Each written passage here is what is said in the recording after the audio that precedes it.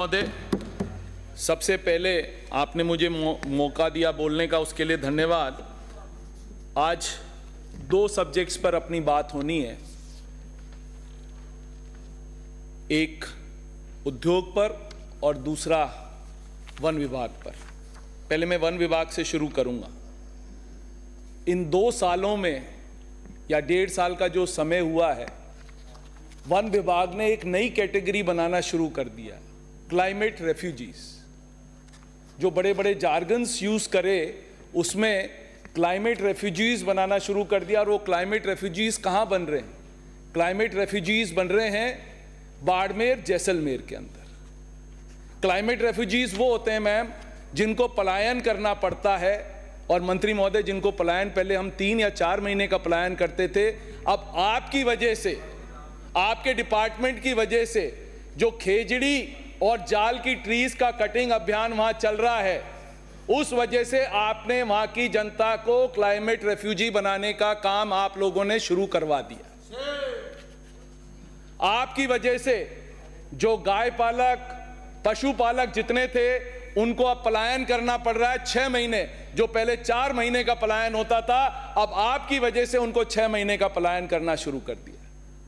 मैंने पिछली बार भी बोला था, हमारी कमेटी की मीटिंग हुई थी, मैंने बोला था एमएसएमई की जो डेफिनेशन है उसको सिंक करिए, जो सेंट्रल गवर्नमेंट की एमएसएमई की डेफिनेशन है उसको सिंक करिए as per the state government.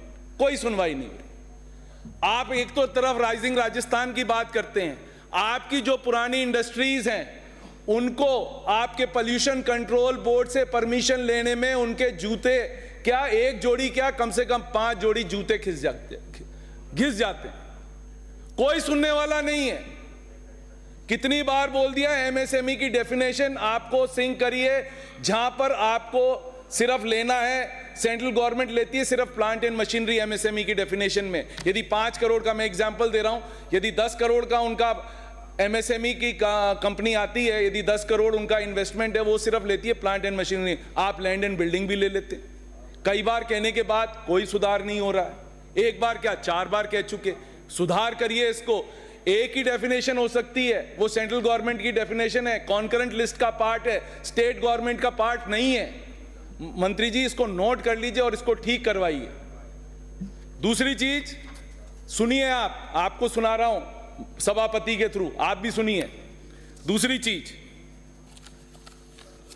जो सबसे बड़ा काम आपने राइजिंग राजस्थान में करा है, आपने बड़ी बड़ी बातें करी कि हम 28 लाख करोड़ का इन्वेस्टमेंट लेके आ रहे हैं सोलर के अंदर। लेके आइए, बहुत खुशी की बात है, बट उधर की जनता का क्या हो रहा है? आप सोलर का लाएंगे जहां आपके पीपीए नहीं है, राजस्थान को तो कोई फायदा है नहीं। राजस्थान को 1 पैसे का फायदा नहीं है उससे। उस पीपीए की वजह से वहां जितनी जाल और खेजड़ी की ट्रीज हैं उनको काट रहे हैं आप। 2-2 डिग्री टेम्परेचर वहां पर लोगों का बढ़ गया। जो वहां रह रहे हैं उनके लिए 2-2 डिग्री टेम्परेचर बढ़ गया। उनका आपने सोचा है कि आपको क्या करना है? जितनी ट्रीज आप काट रहे हैं उसकी ट्रीज आप कुछ लगा रहे हैं वहां पर?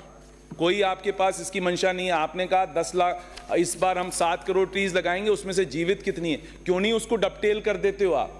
डबटेल करो ना नरेगा के साथ। आप डबटेल करोगे तो कम से कम 50% आपकी ट्रीज तो बची रहेंगी। वो डबटेल ही नहीं करा आपने अभी तक। डबटेल नहीं करने से उनमें पानी नहीं जा रहा, पानी नहीं जा रहा तो वो ट्रीज ही नहीं जिंदा बच रही। अब आपकी एक एसआईटी फॉर्म कर दिया आपने जिले भर के अंदर। आप लोगों के यहाँ पुलिस और आप पकड़ के इलीगल माइनिंग रोकते हो, बहुत अच्छी बात है। मेरा उसमें आपको एक सजेशन है, पुलिस उसकी एफआईआर क्यों कर रही है? एफआईआर करनी है तो आपका डिपार्टमेंट करे ना उसकी एफआईआर। पुलिस उसकी एफआईआर करने का पुलिस को तो कोई राइट ही नहीं है। जब आपका डीएफओ, पुलिस वाले वहां जाके पकड़ते हैं, आपका डीएफओ एफआईआर ही दर्ज नहीं कराता है। एफआईआर दर्ज कराने का काम डीएफओ का है, ना कि पुलिस का है। पुलिस उस आड़ में अवैध वसूली कर लेती है। आपके नाम पर अवैध वसूली हो रही है, वो रुकी नहीं है। जब तक आपका डीएफओ वहां पर एफआईआर दर्ज नहीं कराएगा, जब तक ये रुकेंगी नहीं।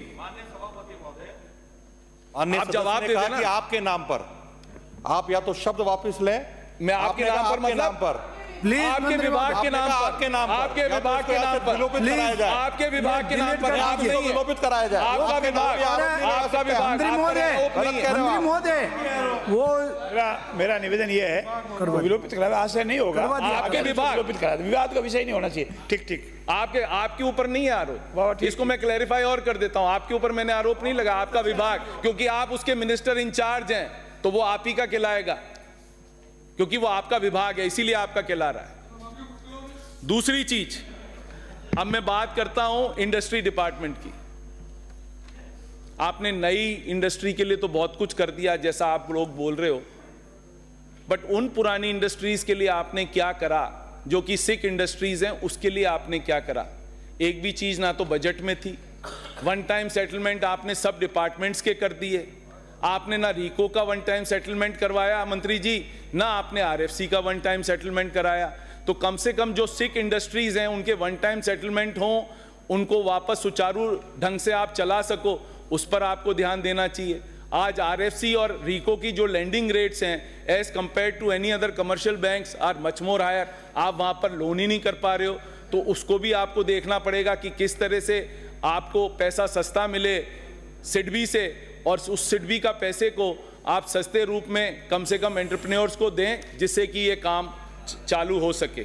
एक चीज और कहना चाहूंगा, रीको ने एक नया अमेंडमेंट शुरू पहले से ही था कि आप रीको लैंड पे सिर्फ 35% बिल्डिंग बना सकते। आज रीको की लैंड इतनी एक्सपेंसिव है, यदि मैं 35% बनाऊंगा तो मैं कैसे काम चलूंगा? उसी तरह से वन विभाग ने भी ये कह रखा है 33% से ज्यादा लैंड का कवरेज नहीं होगा बिल्डिंग के रूप में।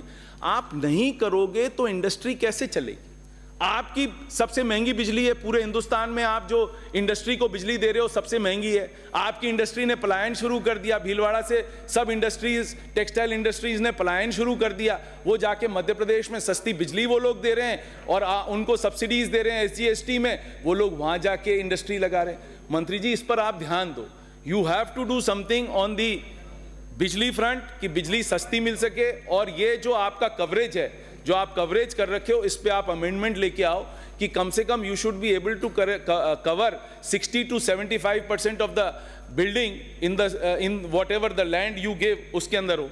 एक आपने 2 साल पहले राजाखेड़ा में रीको इंडस्ट्रियल पार्क की घोषणा करी थी, आज तक ना वहां रीको इंडस्ट्रियल पार्क बना। मंत्री जी आप बैठो यार, आप मंत्री बनवाएंगे ना? समाप्त कीजिए सर, आपने ना तो वहां पर वो करा, और आप एलिबाई क्या लेते हैं? वहां पर यही एलिबाई लेते हैं कि उबड़ खाबड़ जमीन है। जमीन आपको फ्री ऑफ कॉस्ट मिल रही है, उसमें मैक्सिमम आपसे 2 या 3 लाख रुपए बीघा आपका खर्चा आएगा टू डेवलप इट, और वो आगरा से सिर्फ 27 किलोमीटर है। मैं गारंटी से कहता हूं, यदि आप वहां पर इंडस्ट्रियल एरिया खोलेंगे, ताज ट्रेपेजियम की वजह से आगरा की जो इंडस्ट्री को शिफ्ट होना है वो राजाखेड़ा इंडस्ट्री शिफ्ट हो जाएगी। तो मेरा आपसे निवेदन है, राजाखेड़ा की आपने मांग संख्या 56, मांग संख्या 45 में बोलने का अवसर दिया, इसके लिए धन्यवाद।